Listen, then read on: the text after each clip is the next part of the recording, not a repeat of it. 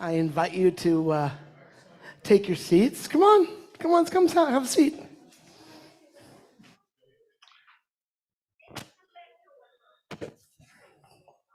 You'll want to have a prayer book, which looks like this, and a supplement.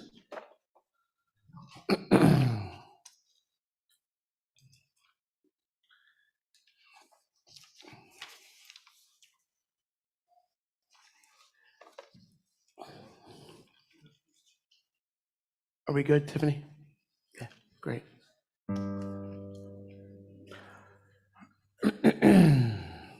So, tonight, this summer, and specifically tonight, we are going to be slowing services down a little bit for the purpose of, hi there, for the purpose of doing a little bit of teaching, a little bit of learning. You know, we get so used to doing the prayers, one thing after the next, and we can chant the Hebrew, or we can do the transliteration, or we follow along with the English, whatever it is, but we don't necessarily spend enough time thinking about what it is that we're doing and why.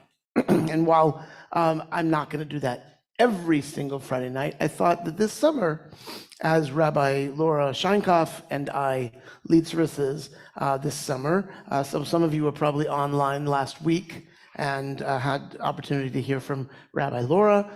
So tonight, so last week, Laura spoke specifically about what's something called nusach.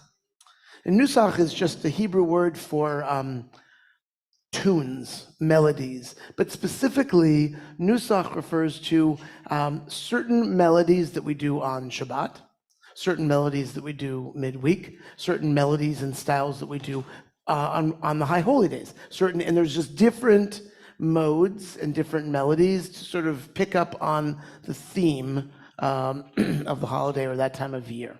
So tonight, we're going to focus mostly on prayer choreography. Now, you may not think of it as choreography, but indeed, right, there's standing up, sitting down. There's covering our eyes for Shema. We're going to do that. Yeah, we're going to do that in just a second. What? Are you mimicking Mary and Jay? Jay, it's a good thing that Yom Kippur is not so far away. Well, we're actually going to do that in just a moment, because what I thought we should do is, even though choreography often suggests dancing, now we don't normally dance when we are praying. However, tonight, our opening song, we're going to do a little bit of dancing. So you're going to need to stand up where you are, stand up, and you can, if you want, you can hold the supplement in your hand, because you probably, although the words you might very well know. So the words for this opening song, now this is not a prayer per se, but I thought we'd start with a bang. This is a song, and this is the way we sing it at summer camp. So it's a version of Shalom Aleichem. It's a mashup. It's a mashup between Shalom Aleichem and Hine Matov. So just repeat after me. Hevenu Shalom Aleichem. And then it goes Aleichem Hevenu Shalom. Right. And then we have the Hine Matov part, which you know that very, very well. So we're going to start slowly, and then I'm going to teach you the dance moves. Okay? So it goes like this. Hevenu Shalom Aleichem. And then it's doo-wop, doo-wop.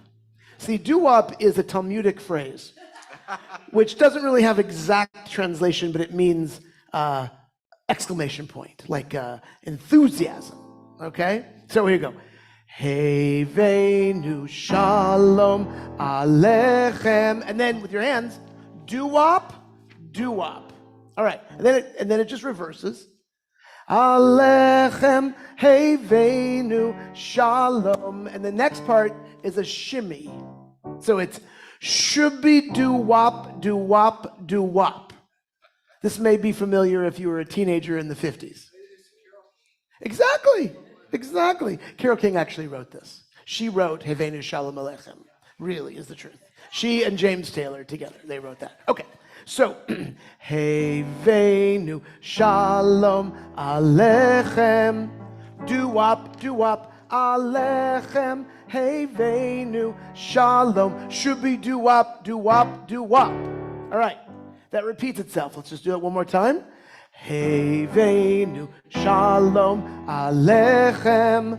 Do-wop, Alechem. Hevenu Shalom. Should be do-wop. Now, anybody ever saw the movie Saturday Night Fever? The children should not be saying yes. So remember the part where John Travolta does, like this, like that thing, right? So that's what we're gonna do. So you're gonna put one hand on your hip, and then you're gonna make a pointer, and you're gonna go, Hinei ma tov, clap. So, Hinei ma tov, clap. And then again, Umanayim, clap. And then, like the John Travolta, Shevet Achim Gam Yachad. I think it ends down. Yeah. Gam Yachad. Right. You got that? Wait, I don't know where he is. Hinei ma tov umanayim Shevet Achim Gam Yachad. And then that's the second time it goes, oh baby. All right, I think they have it down enough, right? Has everybody stretched? I don't want anybody hurting themselves. It's not a good look for Shabbat. Nobody should limp out of Shabbat. We're good? All right, here we go. Hevenu Shalom Alechem. Do-wop, Alechem. Hevenu Shalom. Should be do-wop. Hevenu Shalom Alechem. Do-wop, Alechem. Hevenu Shalom. Should be do-wop. Hinei ma tov umanayim Shevet Achim Gam Yachad. Hinei ma tov umanayim Shevet Achim Gam Yachad. Oh baby, Hevenu Shalom Alechem. Do-wop, Alechem. Hevenu Shalom. Should be do-wop. Hevenu Shalom Alechem. Do-wop, Alechem. Hevenu Shalom. Should be do-wop. Here we go. Hinei ma tov umanayim Shevet Achim Gam Yachad. Hinei ma tov umanayim Shevet Achim Gam Yachad. Oh baby, Hevenu Shalom Alechem. And big finish. Alechem, Hevenu, Alechem, Hevenu, Alechem, Hevenu Shalom. Very good. So the rest of our prayers and songs won't have so much choreography. But not all of our prayers have choreography. In Jewish tradition, Hebrew and Hebrew prayer is a language that is meant to be spoken, meant to be sung, but it's also meant to be felt.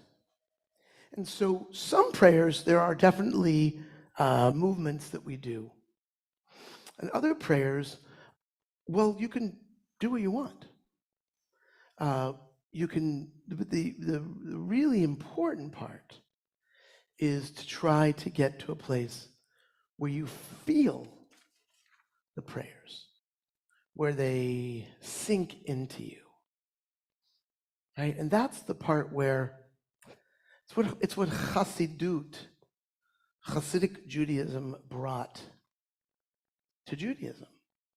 Hasidic Judaism, which today you know of through Chabad, through all sorts of different groups. The point of Hasidic Judaism in the 17th century, technically I learned this recently. Hasidic Jews in 17th century Poland were called Reformim.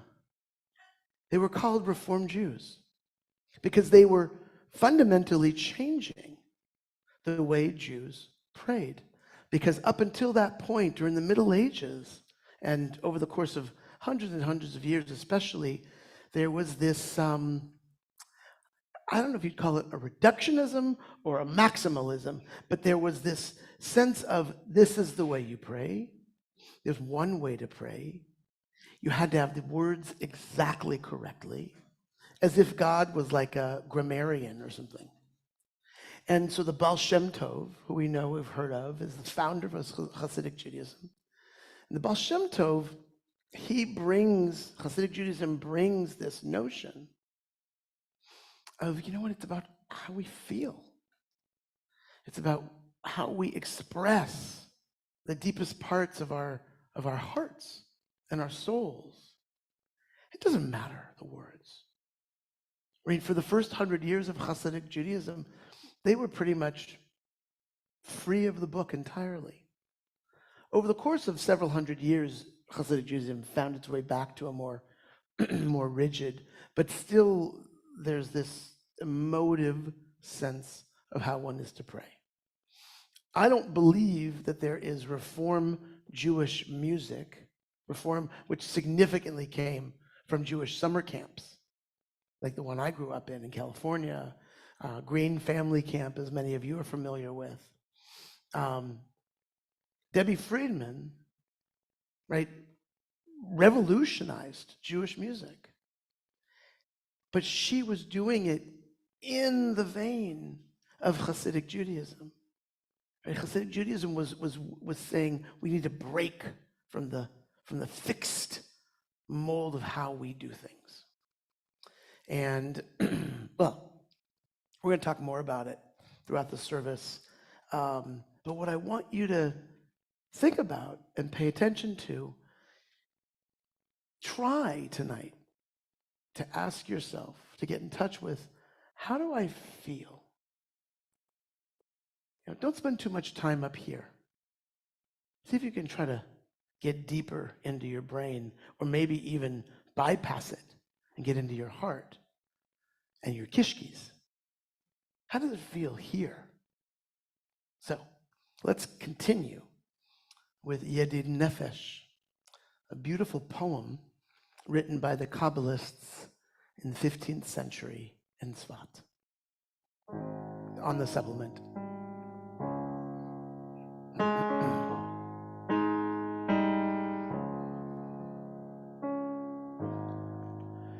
Yedid Nefesh Av HaRachaman, Av HaRachaman,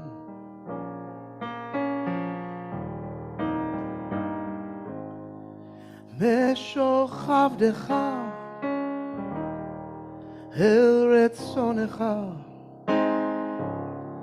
El Retzonecha.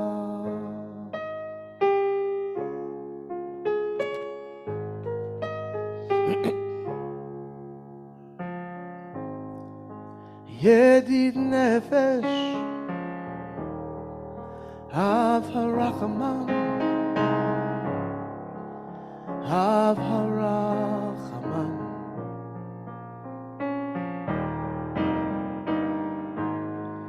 Meshoch Avdecha El Retzonecha, El Retzonecha.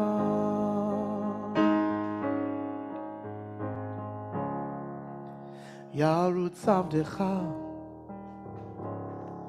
Kemo Ayal Hishtachaveh אל מול עדריך.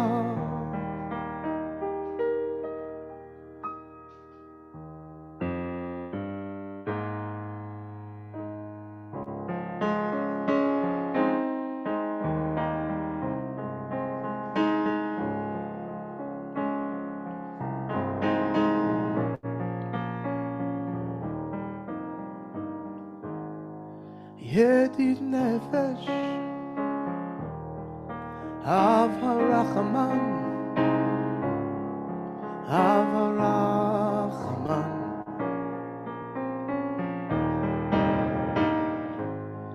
משוכבדך אל רצונך, אל רצונך.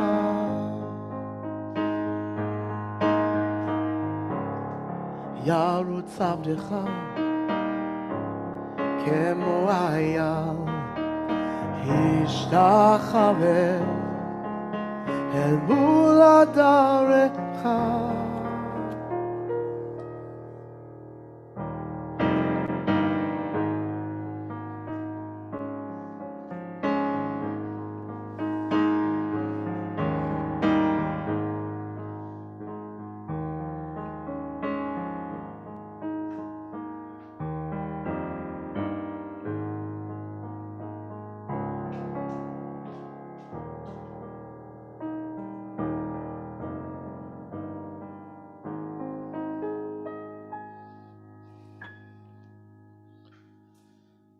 Yedid Nefesh was a piece written by one of the earliest Kabbalists. And he was trying to mimic what's in the Psalms, what's in Song of Songs. Song of Songs, of course, is the book from the Bible from which we know I am my beloved's and my beloved is mine, right? Or Dodi Li, come my beloved. So he's sort of borrowing from the poetic majesty of the poetry of Song of Songs. And so he describes, he says, Yedid Nefesh.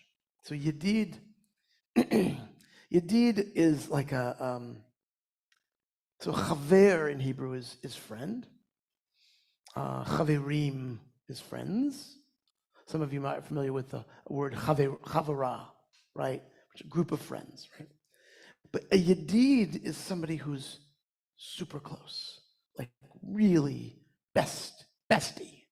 Yeah, that's the way I translate it.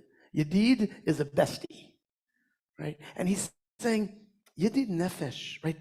My soul's bestie, right? The place, the being, the experience where I feel so at one.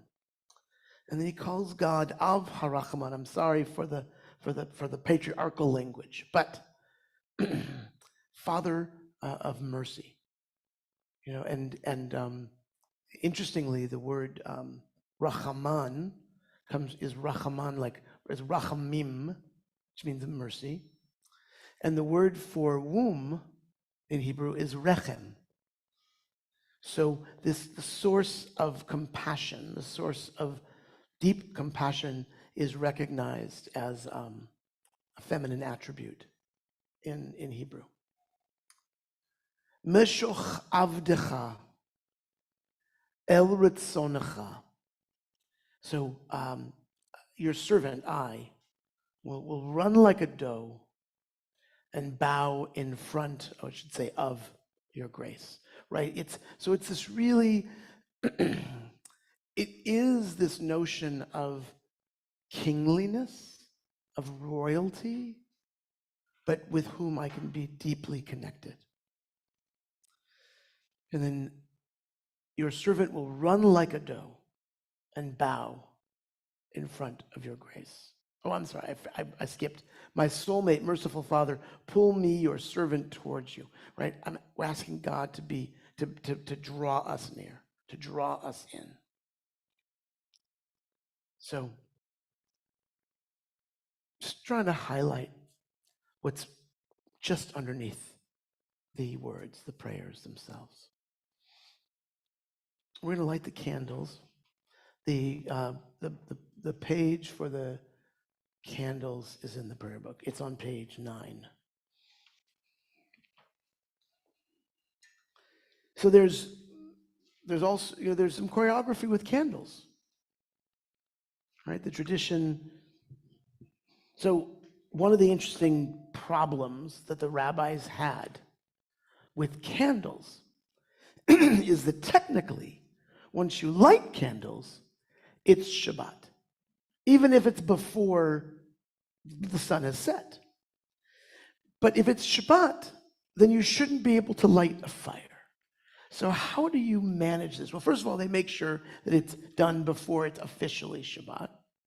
But secondly, what they came up with is this idea, and it's sort of silly, but the idea is you light the candles, and then you cover your eyes, and you say the blessing, because you're supposed to say the blessing before the act is done, right? And then, of course, oh, look, the candles are lit, But I think there's something, I don't think that's really what it's about. I think it's about making you wonder if you're going to actually be able to light the candles. No, just kidding. I really believe it's about the notion of light. I've always been moved by something that my former boss taught years ago. It's just a novel idea, but I had never heard it described this way. If you're in the darkest room that you could imagine, and it's just pitch dark, as long as it's not a black hole, and if you're in a black hole, you have other problems, okay?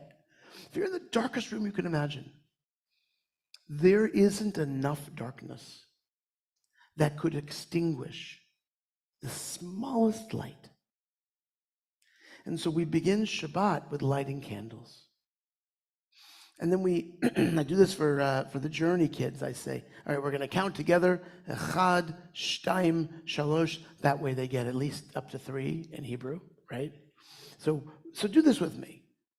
With your yadayim, you say, echad, shtaim, shalosh, and you bring the light in, and then we sing, Baruch Atah Adonai Eloheinu Melech Haolam Asher Kitshanu B'mitzvotav V'tzivanu Lehadlik ner Shel Shabbat. And then we wish each other Shabbat Shalom.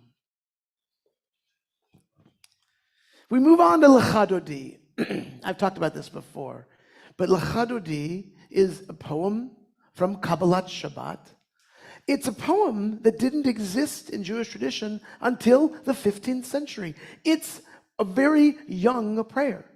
It's only 500-ish years old. But it's a prayer that's, as I described before, it describes the idea of going out and welcoming in the Sabbath bride. And at the end, when we do the Bo'i V'Shalom, we look towards the door, and we stand up and we look towards the door, and we welcome the Malachei HaSharet, the angels of Shabbat, or the angels that came into our lives in the past week. So let's sing together L'cha Dodi, which can be found on page 4 and 5. Lecha lecha dodi, likrat kala, pene Shabbat nekabela. Lecha lecha dodi, likrat kala, pene Shabbat nekabela. La lecha dodi, likrat kala, pene Shabbat nekabela. Lecha dodi, likrat kala, pene Shabbat nekabela. Shamor v'zachor b'dibur echad, Hishmianu el meyuchad, Adonai echad, u'shmo echad, לשם ותפארת וליתי לה לה לה לה לה לה לה לך דודי לקראת כלה פני שבת נקבלה לך דודי לקראת כלה פני שבת נקבלה לקראת שבת לכו ונלכה כי היא מקור הברכה מראש מכתם נסוכה סוף מעשה במחשבה תחילה לה לה לה לה לה לך דודי לקראת כלה פני שבת נקבלה לך דודי לקראת כלה פני שבת נקבלה התעוררי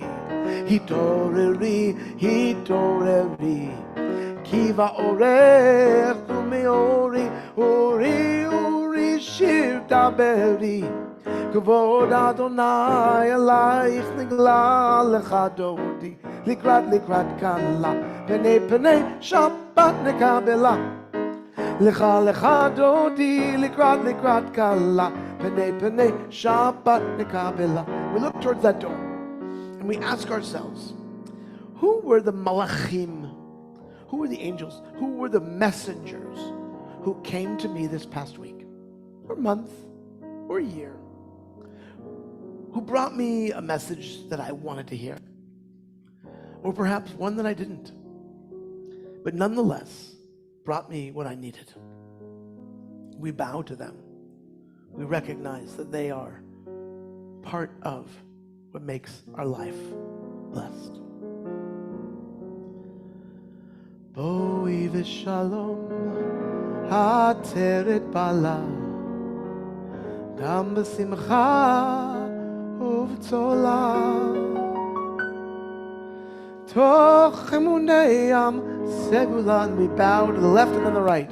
בואי חלה לה לה לה לה לה לה לה לך דודי לקראת כלה פני שבת נקבלה לך דודי לקראת כלה פני שבת נקבלה לה לה לה לה לך דודי לקראת כלה פני שבת נקבלה לך דודי לקראת כלה פני שבת נקבלה. So remain standing because we're going to move into Baruch Hu. But I want you to remain standing because you're going to need to stand in order to be able to do Baruch Hu. But what I really want to focus for a moment on, you know that part in the book of Esther, when towards the beginning of the book, what does Haman want the Jews, need the Jews to do? Bow down to him, right? He wants them to bow down to him. And when Mordechai looks at him and says, sorry, that ain't happening, that makes Haman even, angrier, and just because he can't abide this notion that Mordechai has the chutzpah to tell him no, but even more so, that it's not like he's saying, I'll only bow down to, Achashverosh, or I'll only bow down to my boss, or only bow down to my wife, I don't know. He says, no, I won't bow down to anybody except for God.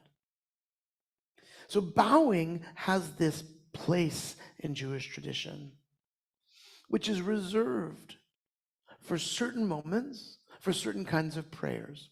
Now, a lot of our prayer service plays with the motif of the court, the royal court, right? We call God Melech, or Melech Melachim, King of Kings. And so we extend this metaphor to this idea of being in a court. It reminds me of this great movie, but I'll talk about that later. Right, so the king is there. And then there's certain, like if you've ever been around I don't know, I have never been around royalty, but there's certain behaviors, certain things you're supposed to do. You're supposed to bow a certain way. You're supposed to, in some courts, I think you couldn't walk out, you couldn't turn your back to the king, right? You had to walk out, this way, right? So these things play into, because that was the mindset. That was the world in which the rabbis of the Talmud, like that was the world, right? Monarchy is much older, right, than democracy for that matter. So anyway, Baruch Hu, we're pretty free with it. But I want to share with you something that is the tradition. I'm not trying to be prescriptive. I'm not trying to tell you what to do, but rather descriptive and invite you to consider it. So Baruch Hu, as we know, is a call to worship. It's the recognition of now we've sort of warmed up and we're ready to sort of get into prayer, right? So the Baruch Hu is really a call and response, not a call and repeat, but a call and response. So if you look at the supplement, when we get down to the Baruch Hu part, there's apparently a little bit of a typo, but anyway, the tradition is that the Shaliach Tzibor, me, the public messenger of prayer, does that first line. And then the congregation responds with the second line. Those of you who read Hebrew, please excuse the Tzadi Sofit that's at the end of each Hebrew line. I transferred the Hebrew from the Hebrew program to Word, and apparently it had a stowaway or something. Anyway, so we're going to all sing this together, but when we get to the Baruch Hu part, allow me to do the opening part, and then you will do the response. Just see how it feels. But and the other thing is, when we do it, we bow. The Hebrew word for knee happens to have a connection with the word blessed. So the Hebrew word for knee is berech, or when you have two knees, it's birkaim. But berech and baruch hu, same root. So the idea being that we bow, we bend our knees when we bow and off and say the word, baruch or baruch hu. So join me.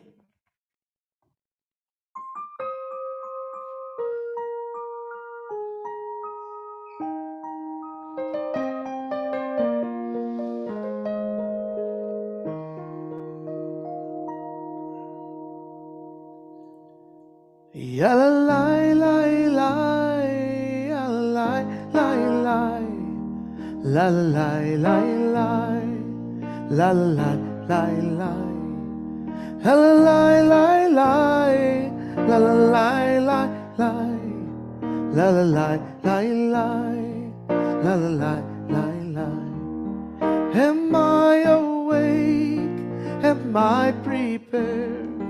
Are you listening to my prayer?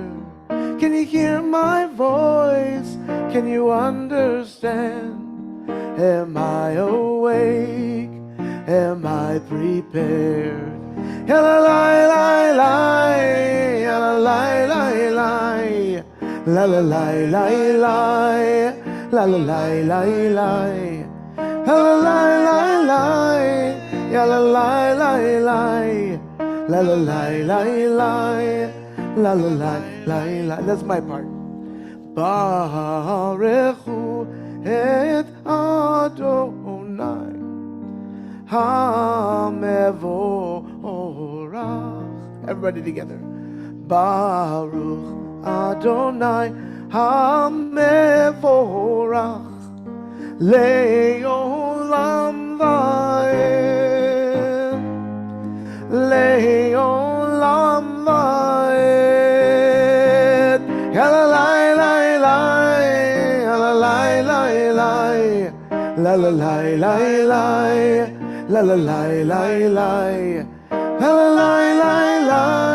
la la la la la, la la la la la, la la la la la.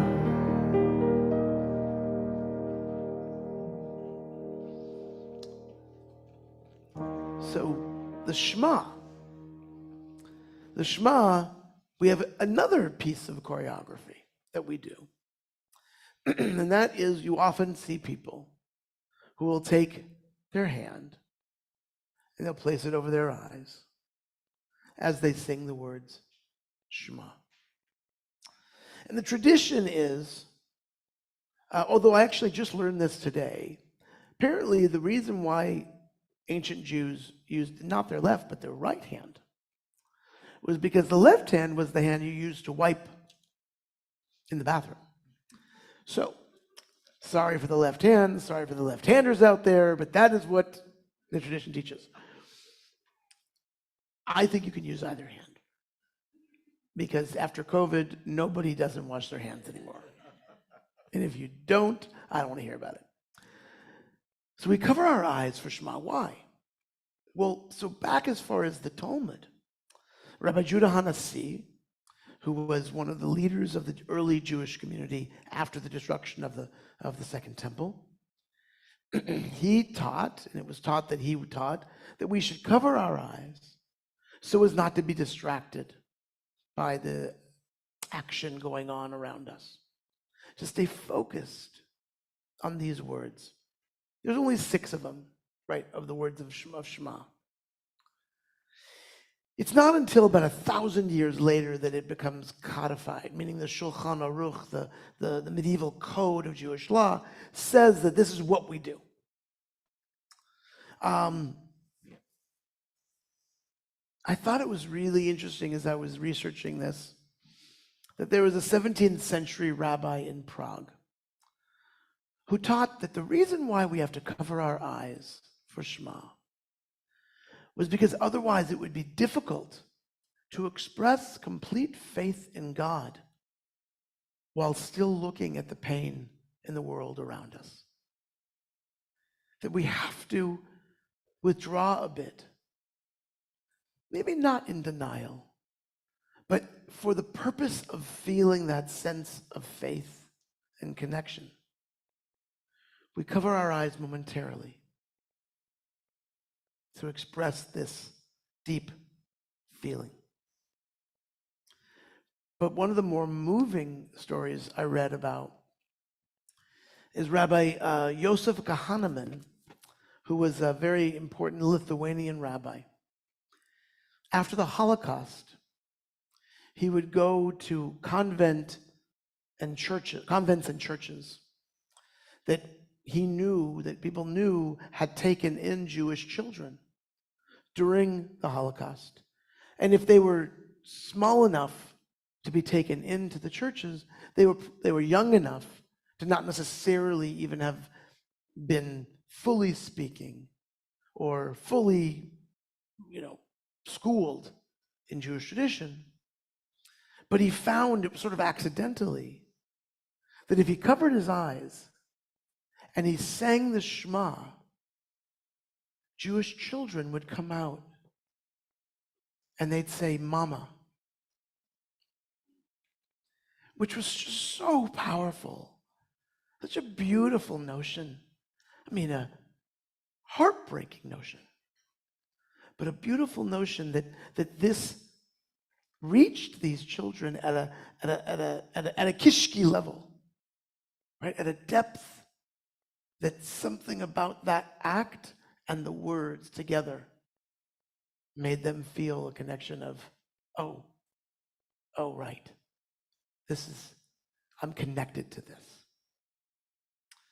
For whatever reason, you don't have to cover your eyes, but I encourage you to experiment with it as we sing the words for Shema and then chant V'ahavta.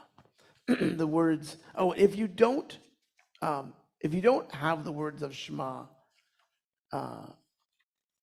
memorized, then just cover up and then still be able to look. That way you can, maybe do both. Okay.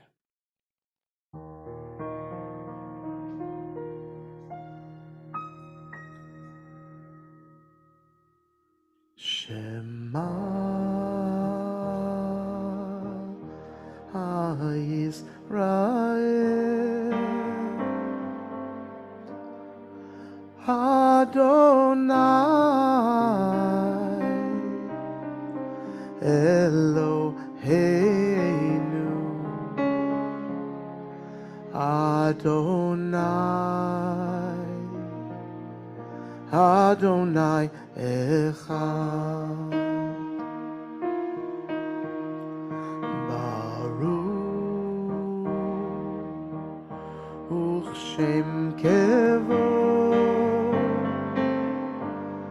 Shem Kevod Malchuto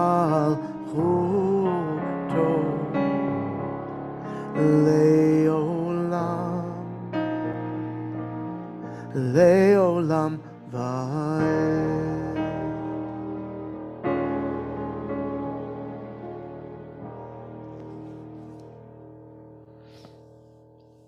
Instead of chanting, please turn to page 18.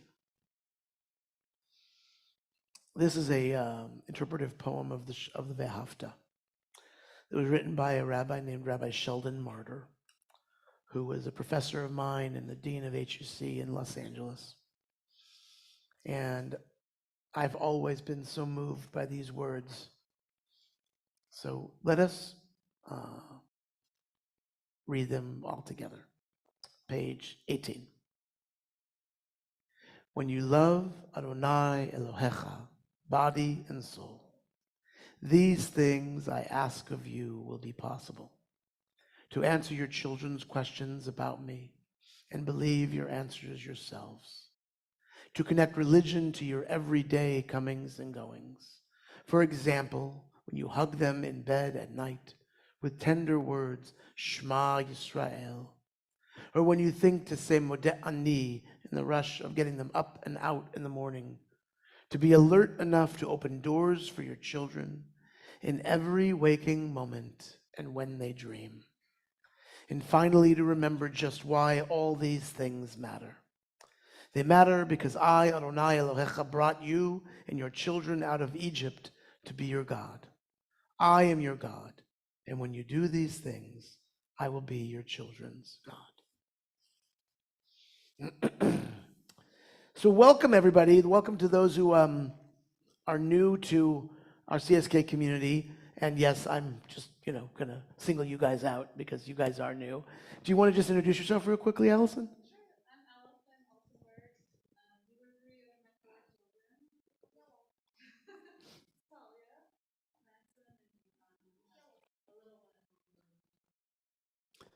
Newest students to Journey. This is Mr. Jay Goldberg. Jay is one of our longtime, awesome Journey guides. So you guys can connect later. So at this time in the service, we invite people to share their simchas, their good newses with us. This is the way we try to expand and build community, by sharing each other's simchas. And I'm actually going to start with Jay Goldberg, because Jay has some great news.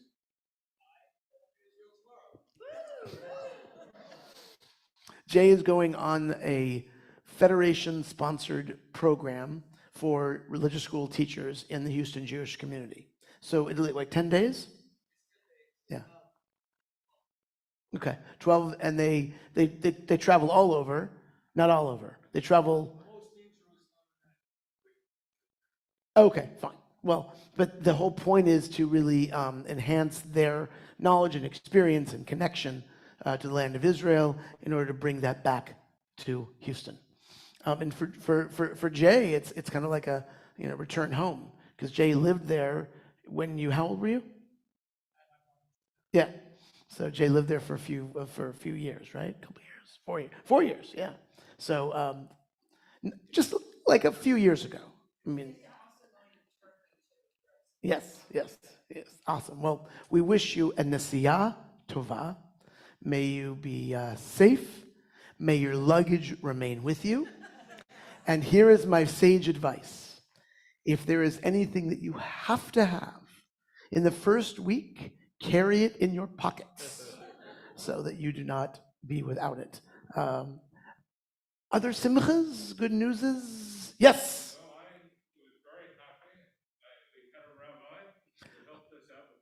What rabbi?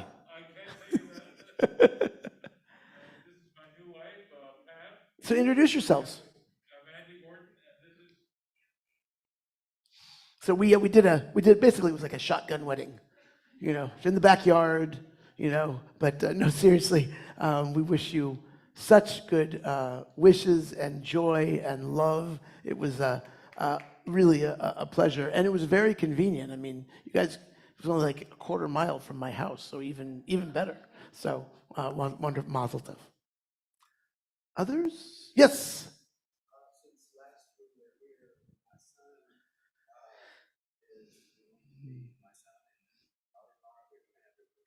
Oh, that's amazing. Awesome. Awesome. So you have some other grandchildren as well. Granddaughter. Okay. Beautiful.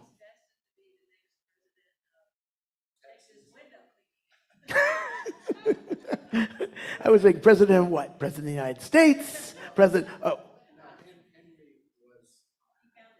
Yeah. Yeah. There you go.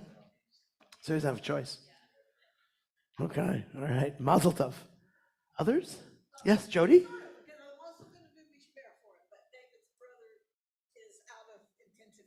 Oh, okay, good. Good. Wonderful. We pray for health and recovery. Yes, yes, yes. 15 days until he is 365 days away from becoming 368. Right. Okay. We have some work to do. We got to get going on that. All right, cool. What's that? Right. All right, let's sing Micha Mocha.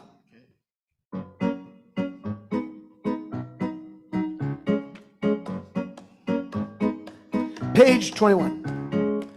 מי כמוך באלים אדוני, מי כמוך נדר בקודש, מי כמוך באלים אדוני, מי כמוך נדר בקודש.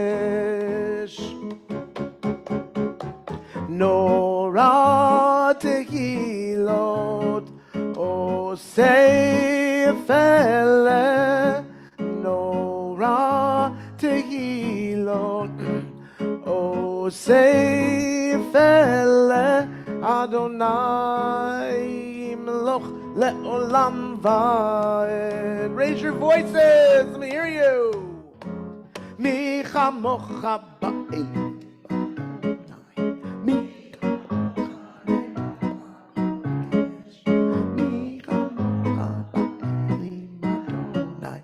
מי כמוך נדר בקודש. All right, this side. נורא תהילות say נורא עושה אדוני ימלוך לעולם ועד.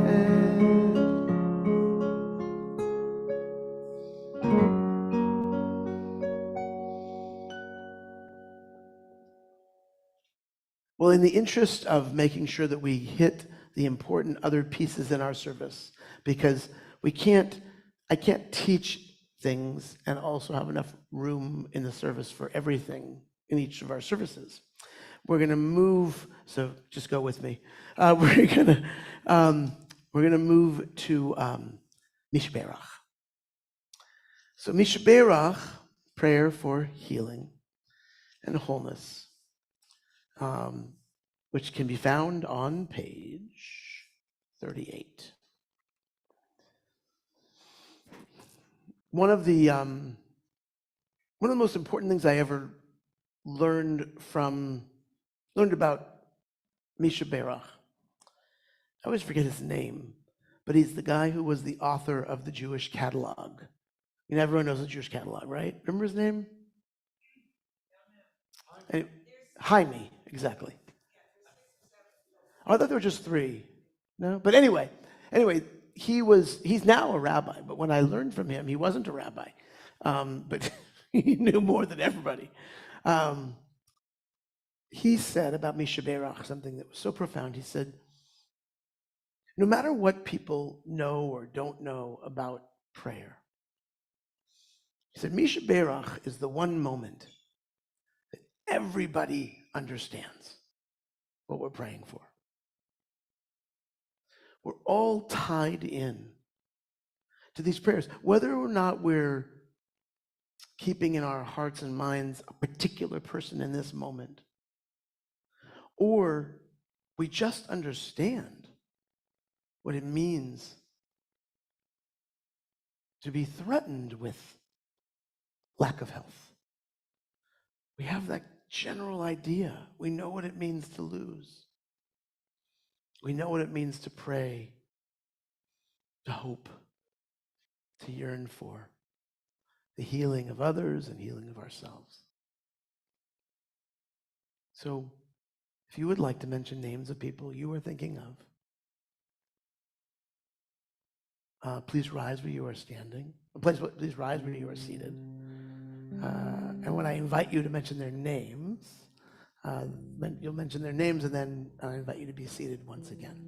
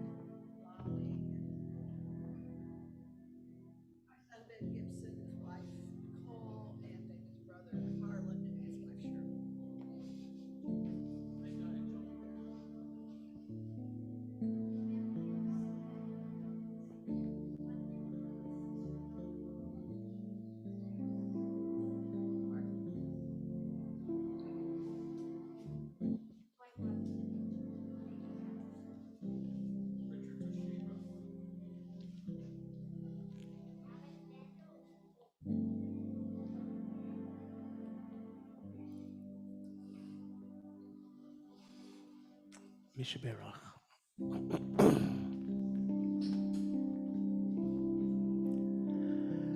Mi Sheberach Avoteinu Mekor HaBaracha Leimotenu. May the source of strength, who bless the ones before us, help us find the courage to make our lives a blessing, and let us say, Amen.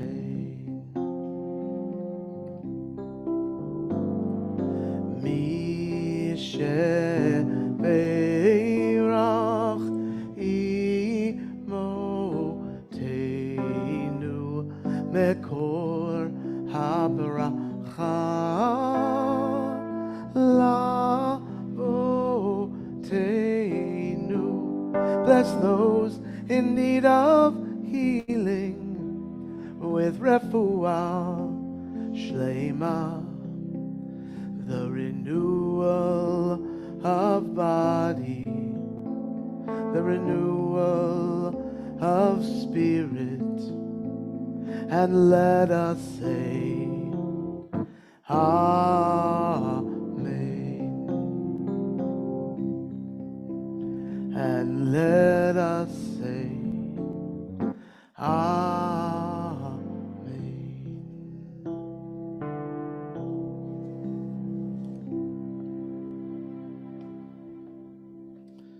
Just a few quick announcements, and then a very short story, and then Kaddish. First of all, it's getting towards the end of July, which means those of us who are connected to school in one way or another are beginning to think about school. Journey will start up again August 28th, and we are going to be doing our opening day of Journey in Galveston. We are going to be at a great spot at a place called the Palisades, where Nancy and John Shyman live. Nancy's a Journey guide, and we're going to be doing a day of a program followed by the beach and lunch. So those of you who are connected to people who go to Journey, please make sure they know, and everybody is welcome. Next Friday night, we will be online only. I'll be leading it, and we will continue with our Shabbat 101. And next Friday night, we'll do the second half of the choreography piece. And, High Holy Days are around the corner. I know you're probably not thinking about it so much, but it's absolutely every waking minute of my life. I'm already there. But we're going to be launching and announcing our High Holy Day services August 1st. So that's on the horizon as well. There's this Hasidic story that some of the best stories I ever heard, I learned at camp. And it feels like a camp story. And it is a camp story, but I think it speaks volumes to not just to children, but particularly to adults. It's one of those like children's stories that adults get, maybe even more so. So the story is about Moshe. Moshe was a shepherd, not the Moshe from the Bible. Another Moshe lived in the 18th century. And Moshe was a shepherd. He wasn't very, he wasn't learned. He didn't have time to go to school because he'd always been a shepherd. He was raised in a shepherd family. He knew sheep. He knew the desert landscape. He knew the area in which he lived. He knew everything about sheep. He knew how to raise them. He knew when to shear them. He knew how to feed them. He knew how to heal them. He knew all of that, something that was taught to him from his parents and from their parents and so forth. But the other thing that this Moshe did that was so special, that was so unique, is that he had this depth of gratitude that he felt deep within his soul, and that he wasn't ever afraid to share it with people, for certain, but also with God. Now, as I said, he wasn't raised in a cheder. He wasn't raised in a yeshiva. He wasn't taught the specifics of exactly how you say the prayers. Couldn't even read Hebrew. But he wasn't taught, this is how you say this one, this is what you do at this time of year, this is what you do at that time of year, none of that. But he would wake up in the morning and he would say, God, I love you. I just love you. I love the world you created. I love the gifts that I have. Most of them, I couldn't have done anything to truly earn them. They've come to me because of my parents and their parents and their parents. But we know that life is filled with so much randomness. I feel so blessed and I'm so lucky, God. What can I do today to share my gratitude with others? Or in the evening, when he'd put his children to bed, he would say, God, I love you. I just love you so much. Because look at these beautiful faces. Look at these punams. Look at what a beautiful life. Yeah, earlier they were really angering me. I mean, they would not calm down at the dinner table, and they were really upsetting me, and they were throwing food, and it was terrible, and they really deserved the punishment they got, but I love them. I love every part of them, even as I get a little frustrated. Thank you, God. He would share these blessings that just sort of came from his heart. One day, there was this yeshiva student who heard him, and he was actually a bit moved by these prayers, but at the same time, he would say, hey, I think I can help you out. Moshe said, really?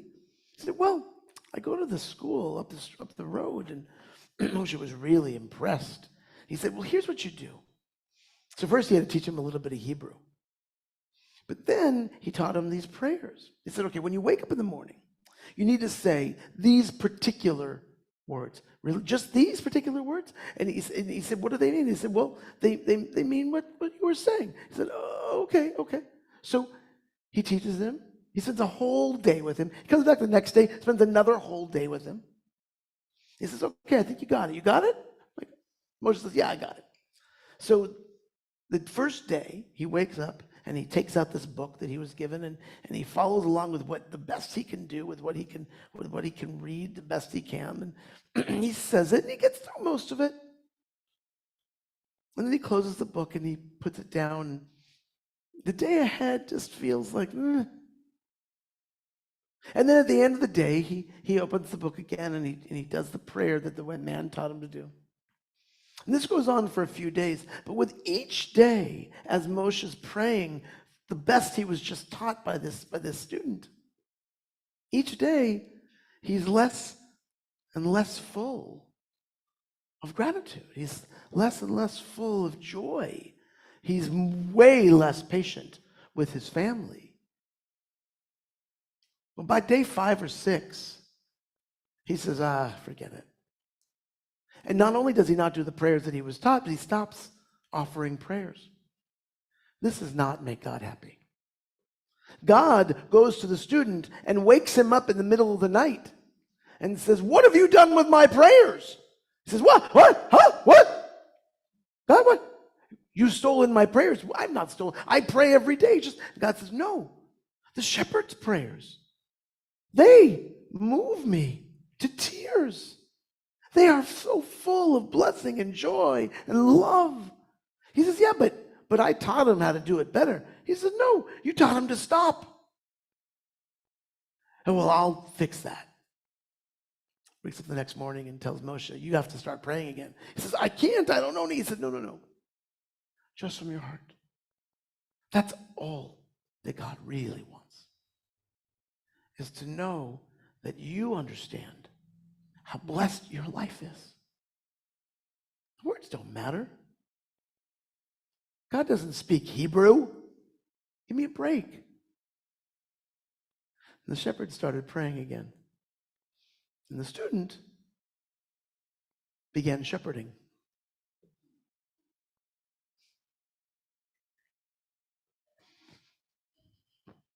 So Judaism is this balance between keva, the fixed routine, the fixed words, the fixed what's in the prayer book, and kavanah, intention.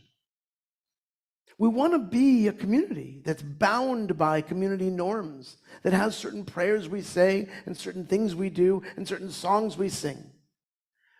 But if it's just that, and we're not also trying to draw from ourselves what it should feel like, what we want to bring into the world, well, then it's just half full.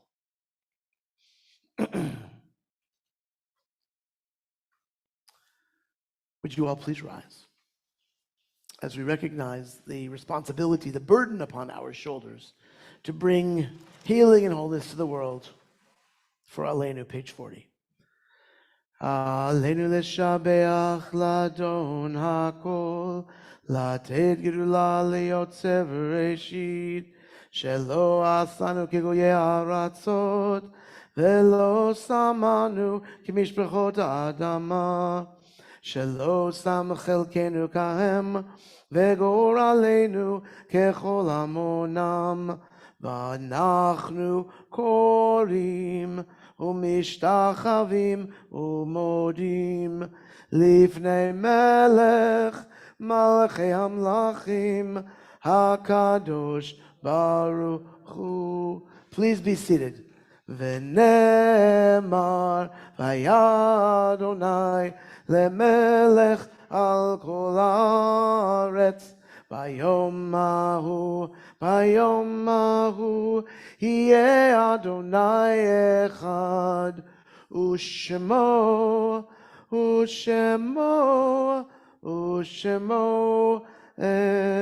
אחד. At this time, if there are the names of people you would like to mention who have passed away, people who are close to you, who were close to you in your lives, who touched you, who made a meaningful impact on your life, I invite you to stand where you are seated so that I can invite you to mention their names. And once you've done so, I invite you to please remain standing.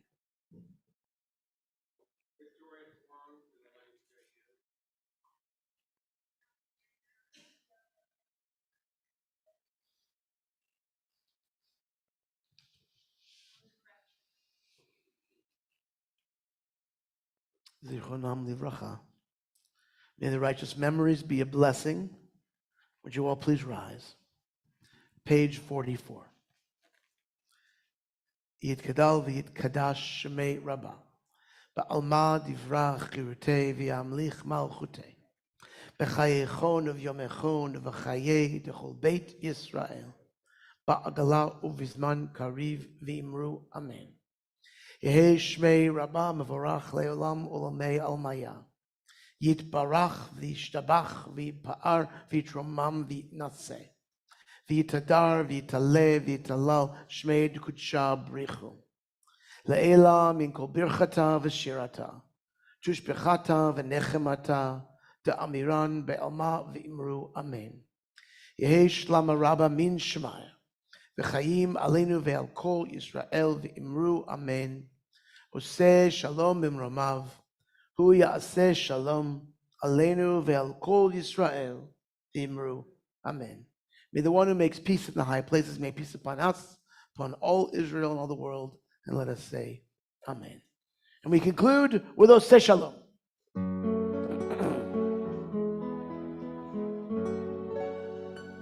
Oseh shalom b'mromav. Hu ya'aseh shalom aleinu ve'al kol Yisrael ve'al kol yoshvei tevel ve'imru amen. Ya la la la la la, ya la la la la, ya la la la la la la, la la la la la la la la, la la la la la la, ya la la la la, ya la la la la la la, la la la la la la la. Oseh shalom b'mromav. Hu ya'aseh shalom aleinu ve'al kol Yisrael ve'al kol yoshvei tevel ve'imru amen.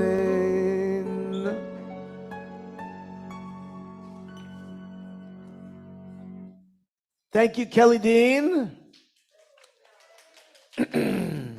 Let us raise up our cups. Not yet.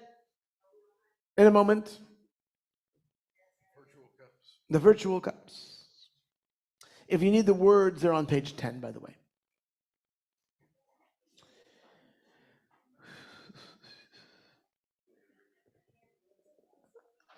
Baruch atah Adonai Eloheinu melech haolam borei peri agafen.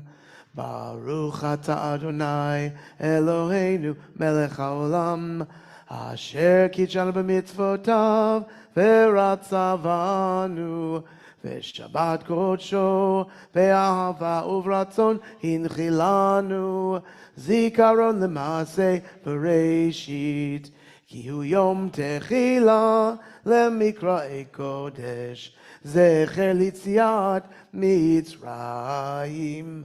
כי בנו בחרת ואותנו קידשת בכל העמים, ושבת קודשך באהבה וברצון הנחלתנו. ברוך אתה אדוני מקדש השבת. לחיים.